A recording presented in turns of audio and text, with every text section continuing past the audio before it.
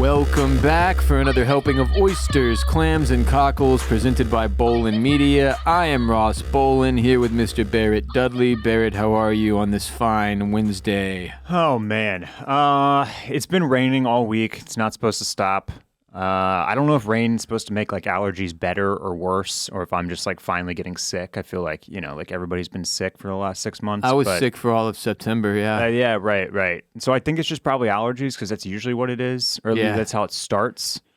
But just kind of a gloomy week. It didn't start off great. Our beloved Houston Astros, they lost in Game 7 to the rival Texas Rangers. No World Series for us. No World Series for us this season. Sad. Very sad. unfair. Yeah. But who knows? Maybe we didn't need an additional 10 days of nightly stress. Yeah, I'm not joking. There's some relief on my end. Like this has been not to bog y'all down with too much sports talk up top, but one of the downsides, and it applies directly to baseball in particular. It's only baseball. One of the downsides of having a really good team is that if you're in the playoffs and you're really in a hunt for a pennant, potential World Series, it occupies your entire October, and it makes it incredibly stressful. And this is 7 in a row for us where we have made it through to the ALCS, to the series before the World Series, if you're not a baseball person. And so October has just become kind of I'm accustomed at this point to it being very, very stressful and, frankly, kind of jacking up my TV viewing schedule. Yeah. Because these games, a lot of them are at like 7:03 p.m. Oh, no, it definitely interferes with the ability to get a lot watched. And I feel like in years past, there's been something that we were paying attention to very closely. I guess last year we would have still been in Throne or in House of the Dragon territory potentially. Yeah, we were. Yeah, at had least to juggle that. At least for some of the playoffs, But we had our 1 hour of commitment there on Sunday nights, and we were able to make it work. And then that led right into White Lotus season 2. I think that's right. House of the Dragon, White Lotus, Last of Us. It was action packed. What am I missing? What was the fourth? And then Succession. Yeah. Yeah, so it has definitely cuts in, and then especially with this desert that we're in, the TV desert, it's made it a challenge to dive into new things. But that's the season that we live in, Ross. Yeah, and just to harp on the season a little longer, every year when we get to this, wintry, late fall, sure. Early fall, when mid-fall, when the weather starts to change, and there's less sunshine. Yeah. For the first couple weeks, I'm always like, good, this is nice. Getting some rain, getting some lighter or lower temperatures, and then within a month, I am miserable. Well, as a certified fall winter boy, the temperatures are all a million thumbs up for me. But I fucking hate rain. It's my least favorite type of weather. I hate it.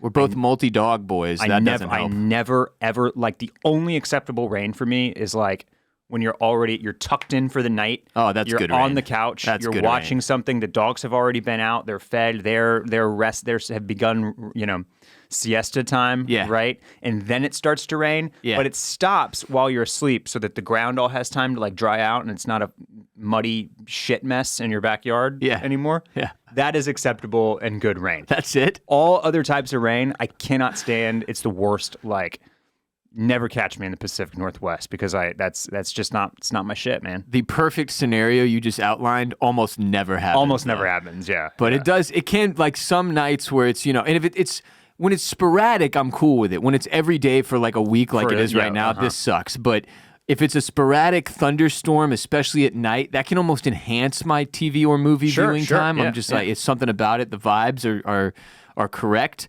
Now, all that being said, I still have found some time to get into some new stuff that I'm watching, which I'll talk about a little bit later in the show. But first of all, most importantly, up front, Barrett and I finally decided on what we are going to cover for the next several weeks on the podcast. Yeah, enough is enough. And enough is enough. Enough dilly-dallying. Look, we both thoroughly enjoyed Foundation Season 1. Yeah. We got sucked in, even after Barrett declared he would never watch it a couple months back. Yeah, I'm really eating crow on that one. Barrett finished it. For those of you who are not on patreon.com/oysters, clams, cockles, Barrett finished Foundation Season 1, and we have committed now to covering Foundation Season 2 on the podcast for the next several weeks.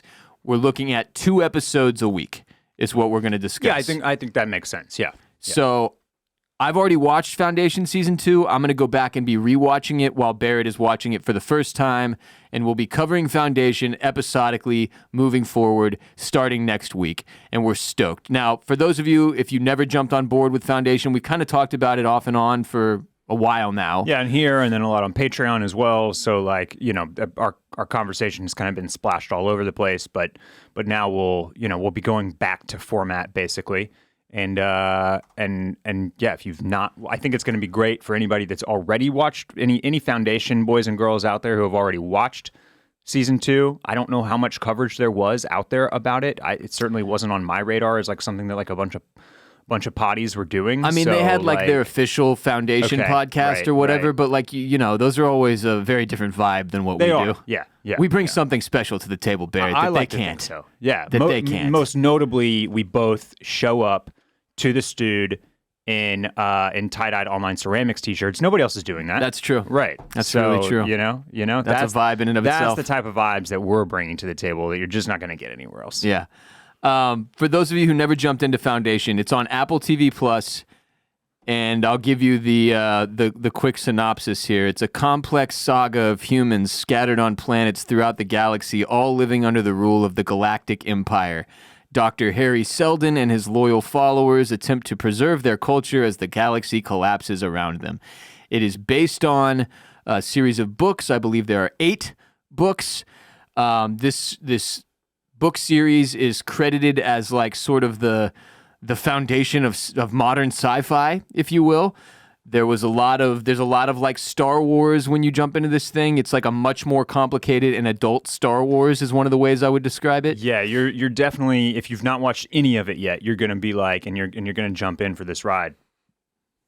It was kind of crazy because like you're doing the Leonardo DiCaprio Once Upon a Time in Hollywood meme at the TV. The whistling, yeah. Because so much of it looks like Star Wars, and then Star Wars. I don't know why I said it like that. And then and then you like, you get on the interwebs and you start researching and you're like, oh, like Star Wars pulled a lot from Foundation. Like it was clearly a piece of the inspiration for George Lucas doing his whole thing. Yeah, and there've been a dozen moments over the course of the first 2 seasons that I've been able to say like, well, that clearly inspired this more recent iteration of sci-fi that exists or whatever. There's been a lot to pull from. But there is, speaking of a lot, there's a lot to talk about every episode with this show. It gets pretty crazy pretty quickly, and it gets even crazier in Season 2, which is where Barrett and I will be picking up and doing some coverage. It's also large enough audience-wise to validate us covering it the way that we're going to. And I'm excited about it, man. I'm excited because it'll be new for you, and it'll be kind of a rewatch for me, which gives me more of an opportunity to understand what I took in, because it can be very complicated at times, I would note. So yeah, Season 2 is available in full. The first 2 seasons are available in full. Season 2 dropped, what was it like? Yeah, it was earlier this, like midsummer, yeah. I want to say. So it's not very old. It's not super old. We're not terribly, terribly late on it. And like we were for Season 1. Which we were discussing 2 years after the fact. Yeah. But yeah. So we're on year. We're on year, and that makes me feel good.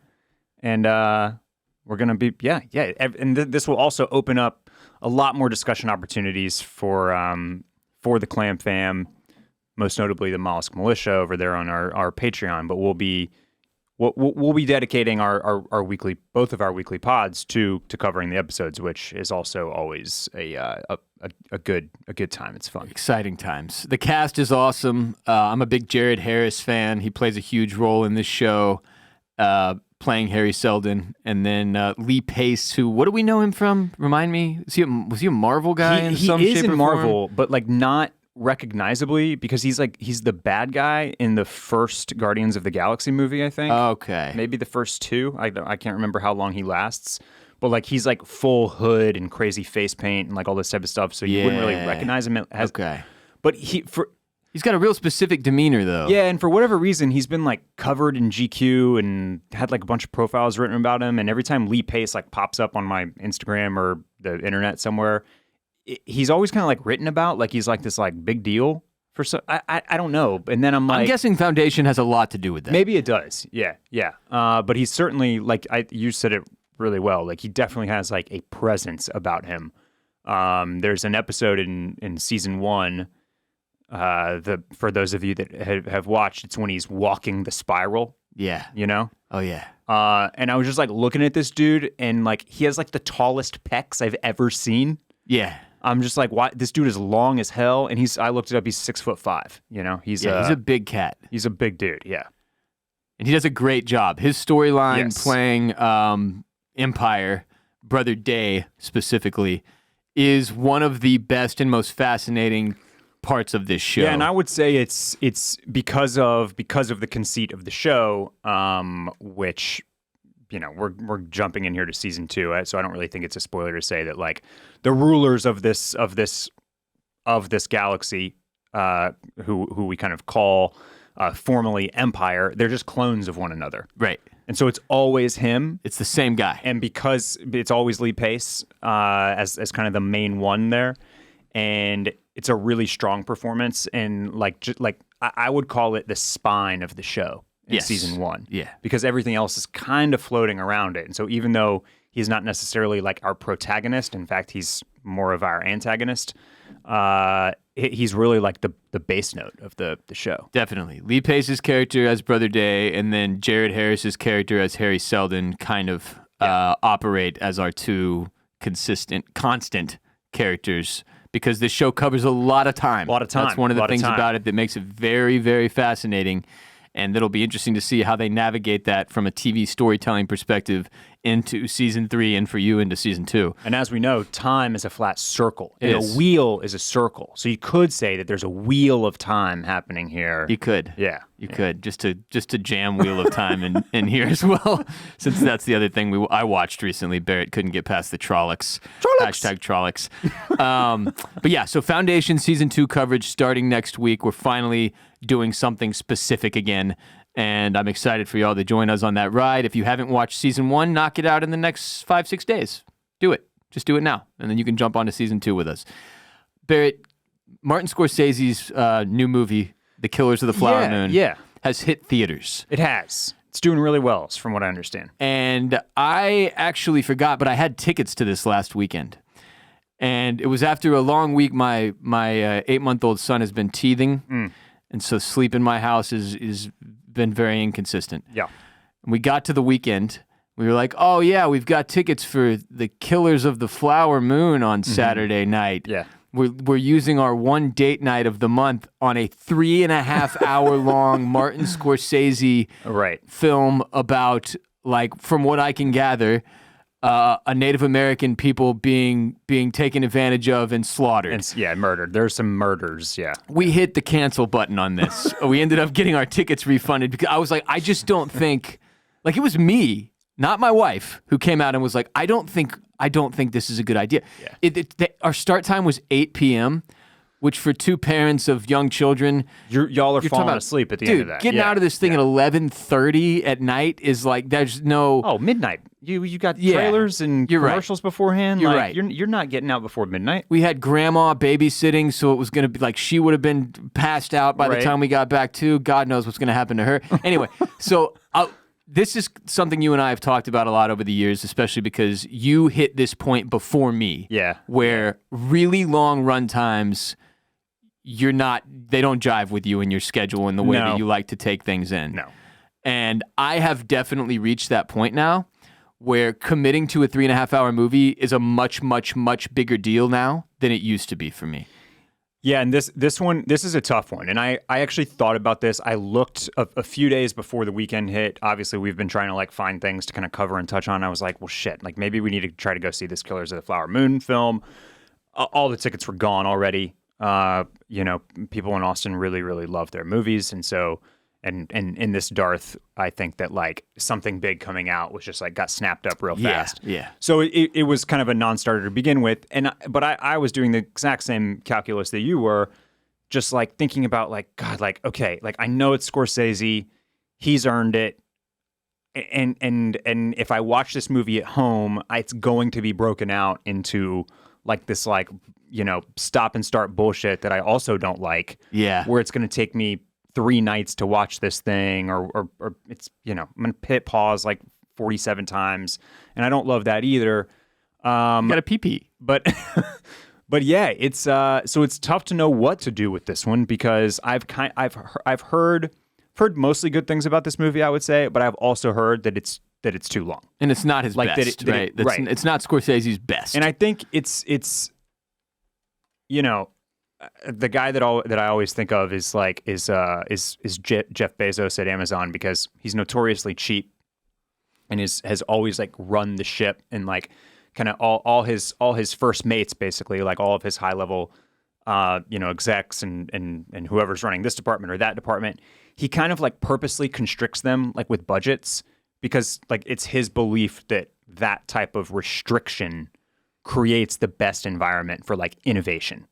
Like you need a guideline, you need parameters to do your best like creative work, to problem solve well. Right, because it forces you into that place. Because it forces you into thinking strategically and logically and analytically and all those types of things. Outside the box. And so I think about that with these directors like Tarantino and Scorsese and Christopher Nolan and whoever else, that like they've now earned this right as creators and filmmakers, where the studios basically are like, we're not going to touch your product. Like, you have final cut, blah, blah, blah.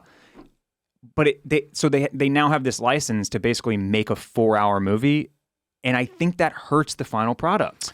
Like, that's like trimming down a movie, having to get aggressive and harsh in the editing bay is part of what makes great films great, is because you are forced to like put the story together in a more efficient way, and it paces better, and it just like, it's got more jump to it. You know what I mean? Tight. Yeah. And so it's like, clearly nobody was going to, he's 90 years old or whatever. And I just feel like these guys, they get older, they have this license, and it's like, I think it actually hurts their films because they don't have to be, they don't have that, they don't have to put themselves in that box. They don't have to get real with it at the end, and so it leaves their movies like a little bit bloated, a little bit laggy, a little bit slow.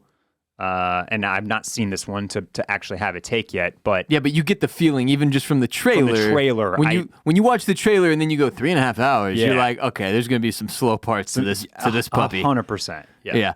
The movie that always comes to mind for me, or really the trilogy, when we talk about like that you just harped on, like when you cut things down, when you're forced to take out everything that isn't absolutely necessary, is Lord of the Rings, because they have these extended editions that when I go and watch the extended version of like the Two Towers, there are 20-minute scenes in there that I'm like, oh my God, why the fuck was this ever shot? Like, why was this?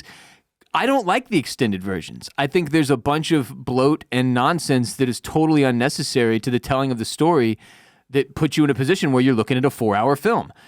I don't want that. I appreciate the cut down versions, and certainly I understand that there are certain stories that require a lot more screen time than others. And the problem here with The Killers of the Flower Moon, to bring up a recent film that did demand I go see it in theaters, and that was long and that was, bloated a little bit, Oppenheimer, I felt like I needed to be in the theater because of the experience with the sound and the atomic bomb dropping and all the, Christopher Nolan tends to do stuff that you can much more easily appreciate on the big screen.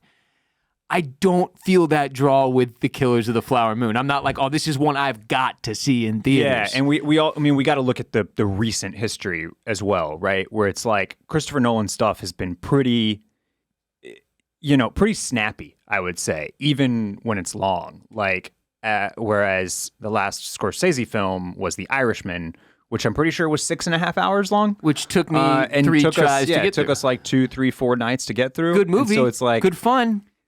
like right now, Christopher Nolan has a little bit more trust from me. I agree. Than Scorsese. Well, and like you said, Scorsese, he's 80 years old, actually. He's literally 80 years old on the dot. And he just comes from a different generation of filmmaking. And it's, he's kind of like the last of a dying breed in some ways. And it's just a different animal. Yeah. And The Irishman was very long, dude. Like, there was multiple points in that movie where I was looking at my watch like, good God, what are we doing? It's not that it wasn't good. It's not that I didn't enjoy it. It's just that, like, I almost felt like this could have been a 6-episode miniseries instead of a fucking movie. Yeah, I think this is Killers of the Flower Moon is an Apple TV Plus production as well. And so while they have not said when this movie is going to hit the streamer, because that would obviously like hurt the box office if people knew when it was going to arrive, my guess is that this movie does like 4 to 6 weeks in theaters and then is probably on Apple TV by Christmas. Yeah, that was going to be my guess. So like it's probably a wait for me. They get a month or two out of theaters, in the theater rather, and then they start to promote the holiday Apple TV Plus drop, I think. Yeah. Because they want to pull in as many new subscribers to Apple TV Plus as they can before the end of the calendar year, right? Yep. That's typically how they roll. Yes, and it's well timed for assuming that we're still doing the Oscars in February, like that whole push that is right there in that winter, January, February months is like they, FYC for your consideration, like they want more and more people to see it. So.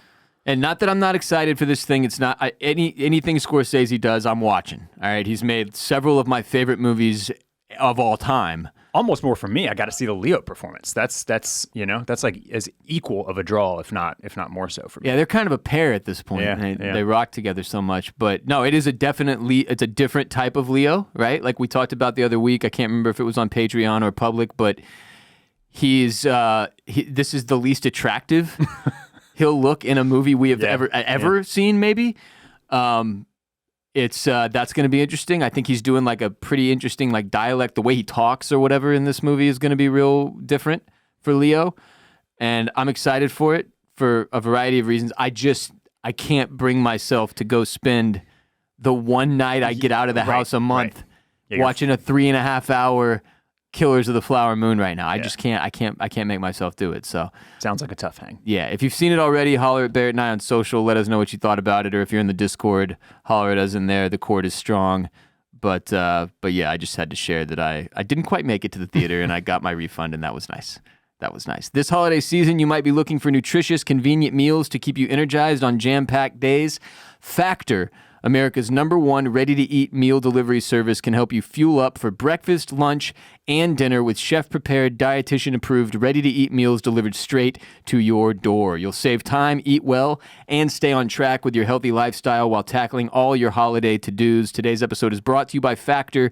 Too busy with holiday plans to cook, but want to make sure you're eating well? With Factor, skip the extra trip to the grocery store and the chopping, prepping, and cleaning up too, while still getting the flavor and nutritional quality you need. Factor's fresh, never frozen meals are ready in just 2 minutes, so all you have to do is heat and enjoy.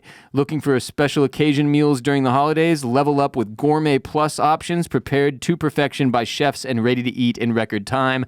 Enjoy premium ingredients like broccolini, leeks, truffle butter, and asparagus. With Factor, you can rest assured you're making a sustainable choice as well. They offset 100% of their delivery emissions, source 100% renewable electricity for their production sites and offices, and feature sustainably sourced seafood in their meals. This holiday season, get Factor and enjoy eating well without the hassle. Simply choose your meals and enjoy flavor-packed meals delivered to your door, ready in just 2 minutes. No prep, no mess. I mentioned that having 2 young children in the house has made things a little bit more difficult to schedule, and the same thing has applied for meals. Factor has stepped in hugely for me and my wife in my household. We've been crushing these things for months now. They're delicious, they're incredible, and they really are ready in just 2 minutes. No prep, no mess. It's time to sign up for Factor with our special offer just for members of the Clam fam.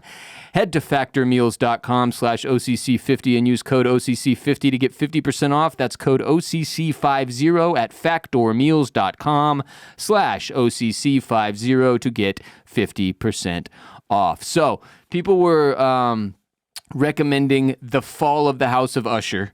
Yeah. And I talked a little on Patreon last week about, we just talked, what's the name of the guy who did this thing, who did The Haunting of Hill House as well? Mike Flanagan has kind of developed a reputation for himself as a dude who's good with this genre. And almost has like one per year basically now. This is kind of like his bag. He's pumping them out. He's pumping out a Netflix Halloween horror series once a year. Hill House, Bly Manor, Midnight Mass, and now The Fall of the House of Usher, which is quite a mouthful. It is. And a funny thing with my wife Lexi and I, we both, when we heard the name of the show, we both thought it was something about Usher? Usher Raymond. Usher Raymond, like the dude who's doing the Super Bowl halftime performance, Confessions. Famous for Confessions, with Ludacris and Lil Jon. Yeah. R&B Usher. So turns out he has nothing to do with it. Peace Up. A-Town Down. A-Town Down, yeah. Nothing to do with it, but that was one of the original drawbacks for me is that there was just some brand confusion going on. Yeah. And enough people recommended it to me where I was like, one of the nights this past week, I was like, hey, do you want to try this out? And I threw on episode 1. We got through it, and I was thoroughly unimpressed. I was just like, I don't know about this. Like, what the fuck is this? I don't know if this is going to be for me. You were not racing out to purchase the collected works of Edgar Allan Poe. I was not. To your library. I was not. In fact, I couldn't even really figure that. I know there's a lot of Poe in this thing. It's supposed to It's like an adaptation of one of his short stories or something. Yeah. Right, but I couldn't get a feel for that in episode 1 either, and I was just kind of confused. I gave it. You know my rule, the rule of 3. I'll give a show 3 episodes before I make the cutting block decision. Right. Episode 2 drew me in more. Okay. And by the end of episode 3, I definitely had a feel and an understanding for what's going on here, and I'm in. I'm in for the ride. I think I've watched through 4 now, and basically my pitch would be, you're introduced to this family, the Ushers, okay, and it's a pharmaceutical family. So it's like what's the Sacklers? The Sackler douchebags who are responsible for the opioid epidemic. Right. It's like a parallel to them, very direct, okay. and they don't try to it's like an opioid that they're dealing with. They just change the name of it, so it's not OxyContin, it's something else. Yeah. And that's the family that you're dealing with, and the patriarch of that family, Usher Raymond, is the main character of the show who's kind of narrating what's occurring. And basically, the setup is all this guy's kids are going to die. Can you guess how they're going to go? That's in every episode, somebody dies. Okay. So each episode is like the setup for one of his kids dying in some very horrific Final Destination style manner. I did hear that the show was gory. It is. Yeah. It's pretty. There are scenes where you're like, "Wow, that is truly fucked up. That is truly fucked up." That is new for Flanagan. A little bit, yeah. Because that's not what he really trades in with. I didn't watch Midnight Mass, but Bly Manor and Hill House are decidedly like. I don't know. I don't have a good framework, good vocabulary to describe all the different types of horror. But he does like spooky, creepy stuff. Yeah, it's more like haunted house type stuff rather than like gore porn. So and I still wouldn't describe this as gore porn.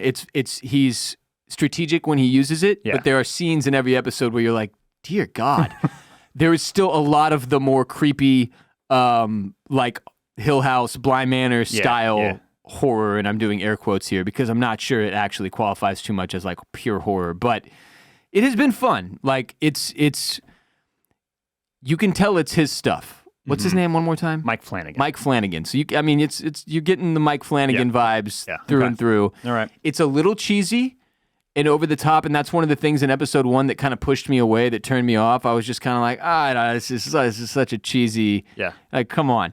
But you settle into that very much like American Horror Story, which is sort of, I put these Mike Flanagan stuff and American Horror Story stuff are kind of playing in the same ballpark for me. Okay. Yeah. And it's like, that's why Kim Kardashian fits into that universe, because it's kind of over the top and cheesy a little bit. Like, you don't have to be the most stellar actor. Got some camp to it. Yes, absolutely. Yeah. Great way of putting it. And that is heavy. This is heavy on the camp here in The Fall of the House of Usher. But I think it is fun enough and fits vibes-wise enough into October, spooky season, Halloween, or whatever to be worth a watch if you're looking for something else. Is Carla Gugino the matriarch? No. No, she's one of the kids? No. No. I would describe her character as paranormal. Okay. And it is entirely possible that she is the angel of death. Okay, all right. But I will say this, she is also one of the best parts of this show. All right. Her character is awesome. Yeah. She does a great job, and she's not bad to look at. Yeah. And she's been that way for a long time. Shouts to Carla Gugino. Yeah. Long time. Have you, speaking of spooky season as we get closer and closer to Halloween here, when was the last time you did like a House of Torment or 20 years? Yeah. What about like a haunted hayride? Have you heard of this? You heard of this thing? I'll go do one of the like haunted tours. Yeah. You know, like we have one in downtown sure. Austin. Yeah. I don't know if they stick you on a carriage or something, but they take you around and they tell you like, this guy hung himself in this hotel, and then this woman fell into the kitchen fire. More like a ghost tour. Yeah, or a ghost tour or a haunted tour. Yeah. Right. All right. Right. And more so than like you're gonna go on like through a field and people are gonna run out at you with like a chainsaw. Yeah, fuck that. I'm not. I got enough problems in my life, Barrett. I don't need that. You're such a horror guy. Yeah. What is it about? What would you say that it is about horror films that you're drawn to? I mean, I think it's the different type of creativity, right? Like it's just a different space, different genre that brings different things to the table. I mean, but you don't feel the need to engage in it in the physical realm. No, see, I like to be able to occasionally cover my eyes or hit pause and give myself a few minutes. And you know, go look at like a picture of my wife and kids or something to bring some joy back into my life. I don't want to be in a field with some psychopath chasing me with a chainsaw. Yeah. Even when we were kids, and I went to several haunted houses, like Houston, Texas, where we grew up, had a bevy of options for whatever reason. Like tons. Every September, you'd start getting the commercials. Just like, come out to the haunted house from hell. Yeah. And it would show you just like little bits and pieces of it or whatever. And I did some of those, and they were good fun. But it's the thing that always creeped me out is like, who are these people? Who works at one of these, bro? Yeah. Like, could you get splattered in blood, put on a hockey mask, and just scare the living shit out of people for a living? Phobia was one of them. Was one of the names of the haunted houses? Phobia. Oh, that you'd hear on the radio. The radio advertisements were huge, too. And they were just the most stereotypical, like, phobia. Scare the living daylights out of yourself. Just like, Jesus Christ, who needs this? You got to think to work at a haunted house, you got to have a little bit of a unique personality. Yeah, you got to be like a special type of person to be like a teacher of young children. Right, like you got to have a level of patience that like I just don't have to go deal with 20 fucking kids every day. Right. Same thing applies here. You got to be a special type of psycho for that to be your bag, like to really, really enjoy going and being a freak show and scaring the shit out of people at a haunted house. But I mean, I agree, but also could be kind of fun. No, I mean, and don't get me wrong, a younger, more outgoing version of me would think this was like a good idea for like a date night. Like hilarious, like going to go to one, not to work at one. I don't think I ever would have been able to pull that off. But just, you might just think it's hilarious, like to just make kids pee their pants because you like bust out behind a wall with a chainsaw in your hand. Why does everyone have a chainsaw? They just all have chainsaws. They've all got chainsaws. That's what sticks with me the most from going to these things when we were like 12 or 13 years old or whatever. Is it just felt like everybody had a chainsaw. You were either behind a fence or a cage, like rattling. There was a lot of that. You were either rattling, oh man, or you got a chainsaw. Dude, there's a scene in Fall of the House of Usher with a lot of rattling that goes down, and it is fucked up. But no, you're not wrong. And to your point, I don't like jump scares in horror movies. All right. That is like the cheapest version of horror to me, where it's like suddenly somebody pops out and you're just like, holy shit. That's definitely what you're getting at the, That's their go-to. That's their bread and butter with a chainsaw popping out from behind somewhere and swinging that thing at you or whatever. And there are a few jump scares in the Fall of the House of Usher where I'm like, oh, come on, damn it. I didn't need that. Now a little pee-pee's dribbling out of me and why? I'm more into like the what, Barrett? No, I'm just thinking about how they would always be like, it's okay. They took the blade off the chainsaw.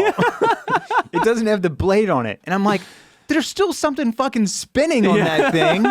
It's still a power tool that like you're like, again, like you said, you're letting like some, the 19-year-old that thinks this is hilarious, like get real close to people with that thing. It still seems kind of dangerous, right? But, I just also remember that there's no blades on these chainsaws. Yeah, don't worry, there's no blade.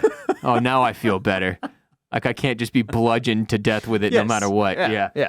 Yeah, I always felt like there was probably at least one real murder that went down in those places every year, right? But they just don't get reported on because that would destroy their PR. Yeah. Phobia. Yeah, anyway, good luck to everybody who does make it out to their local haunted house this weekend or holiday season. Yeah, don't worry.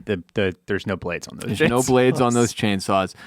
Barrett, you mentioned you jumped into Loki season 2, right? Loki was the Marvel property that I was probably most fond of from its initial foray into TV, although I thought WandaVision was really good as well, especially for the first 2/3 of the season. And so it was gone for a while. It's back now. I think there are 3 episodes out, and I've watched all of them. And man, I think there's poop in the ice cream here. Ross, I hate to tell you. Yeah. That's not what you want when you're with your ice cream. No, it's just, even a little bit, there's still a little bit of shit in that ice cream, as they say. Yeah, that ruins the whole bowl. It ruins the whole bowl. And I'm not, it's hard to describe what, okay, this happens all the time. You get the first season of a show where things are pretty complex, and they are doing the work of telling you how the world operates and what the rules are and setting it all up for you, as well as doing the initial character building. So the whole thing kind of serves as a 101 class. It's like an introduction to Loki, right? Yeah. And so it's a lot of fun, and you feel like you have a handle on it. And then, quick tangent, quick aside, I saw Mission Impossible 8 pushed back to 2025 now because of the ongoing actor strike, which means that we're not going to have, it's going to be 2 years later. Yeah. And I'm supposed to remember all the shit that happened in the first one, even though it wasn't that much. I'll probably remember. It was an AI. There was a guy who was sort of the AI, but not really. Well, and this is important because one we watched and did a podcast on was part 1. That's right. Yeah. And so this will be part 2. Part 2. 2 years later. 2 years later. And it's just, okay, well, what am I supposed to do? Now I got to go watch the 2.5 hour, freak show again. I guess oh man, I don't know if I can do that. I guess I will, but it's just that's just bad. That's bad. That's not the way you want to release things. So case in point, back to Loki now. This season 2 is almost 2 years after the original Loki, the season 1, and this is a show that traffics in time travel, in timelines, and multiverses, and braids of timelines, and variants, and offshoots of other timelines and pruning those timelines to keep one main timeline intact. But because this is season 2 now, they've stopped doing any of the work of trying to explain how all of this works and just expecting that you're going to remember all the little ins and outs and details from the first 8 episodes, which they put out 2 years ago. Yeah.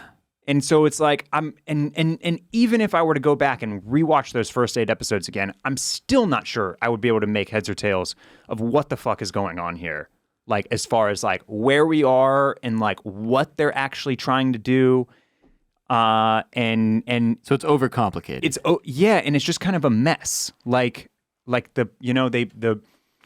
concept was relatively straightforward in season 1, the amount that they tried to give you or did give you, and then it was it felt very character driven, whether we were meeting Mobius as played by Owen Wilson, or Sylvie, who's a Loki variant.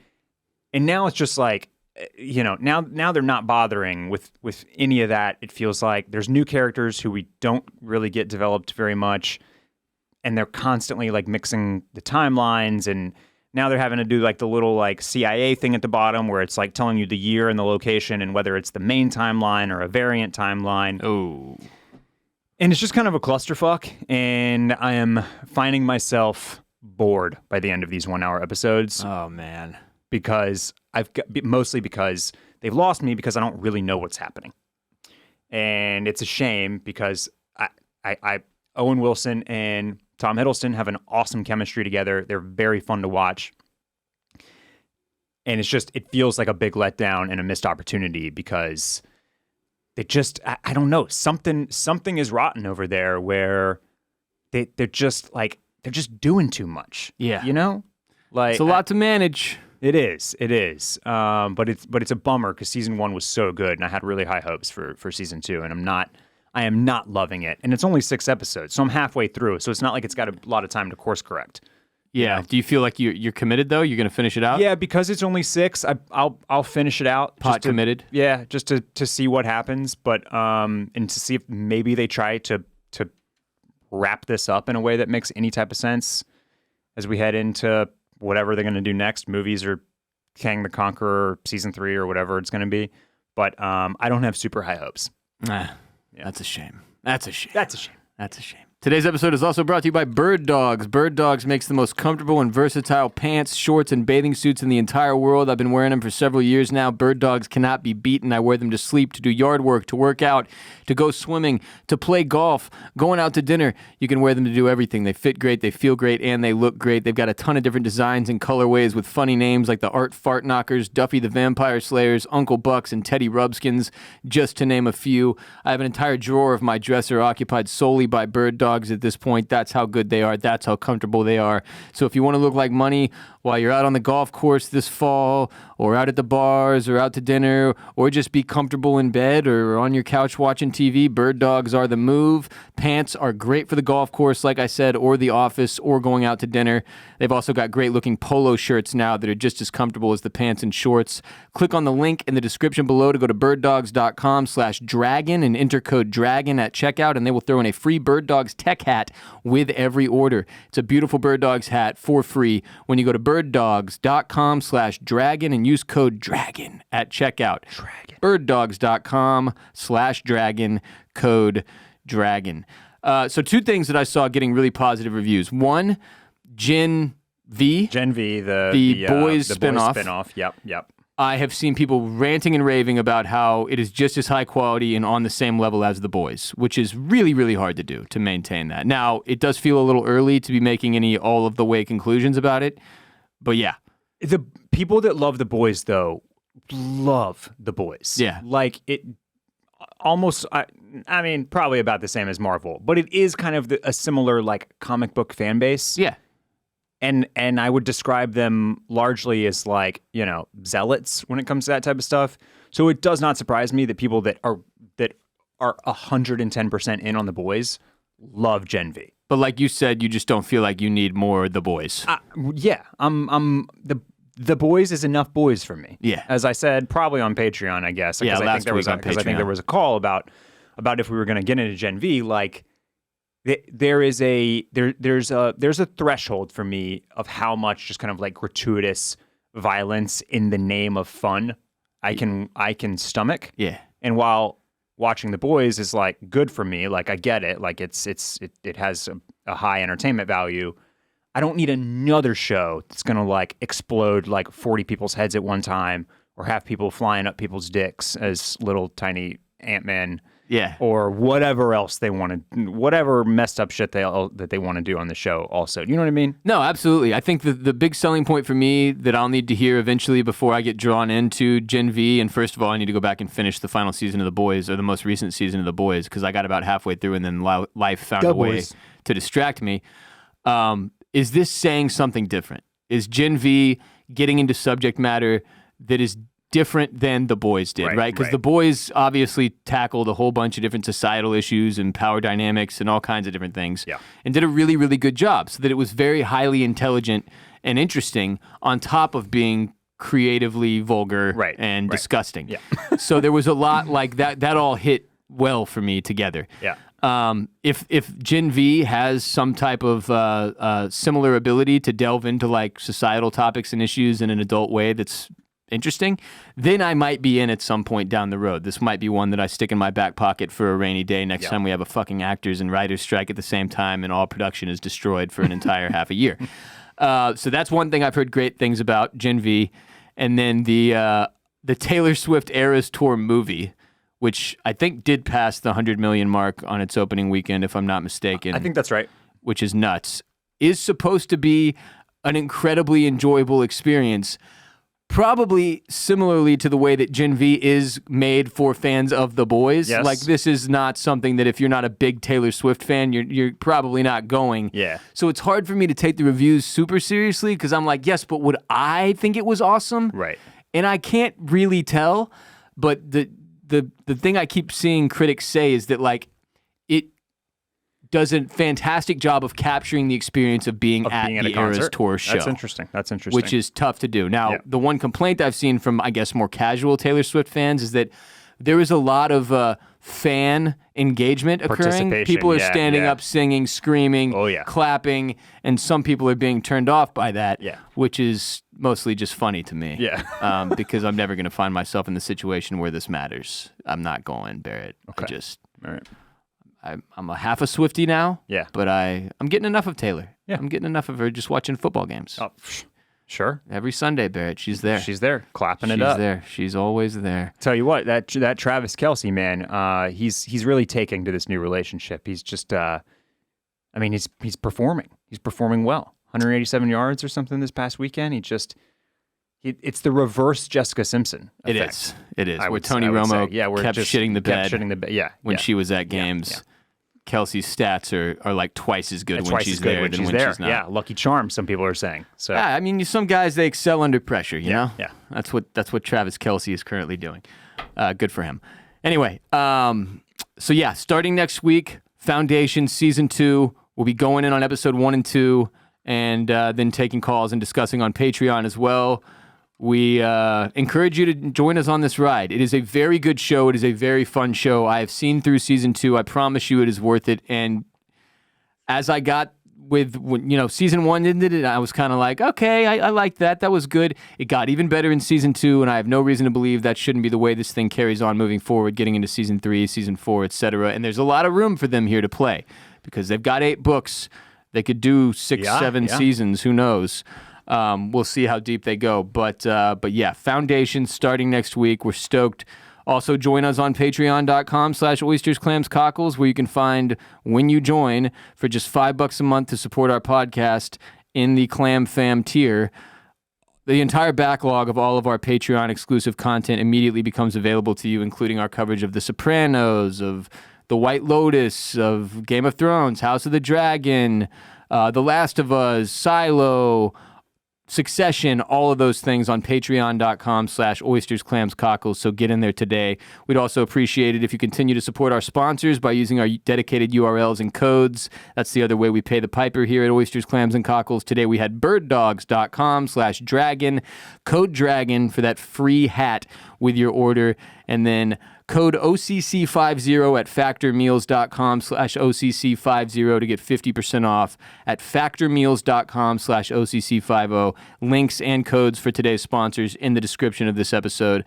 If you're an F1 fan, check out Bolin Media's premier F1 programming from Formula Bone at youtube.com/@FormulaBone and @FormulaBone on social media. For more from me, Ross Bolin, check out the Ross Bolin podcasts wherever podcasts are played. And follow Mr. Barrett Dudley on social media at Barrett Dudley to get more from him. Follow me at WR Bolin. Follow OCC on all the different social media platforms. Go to bolinmedia.com/shop to grab yourself some merch. Thank you all for being here today. Thanks for listening. Thanks for watching. Until next time, peace.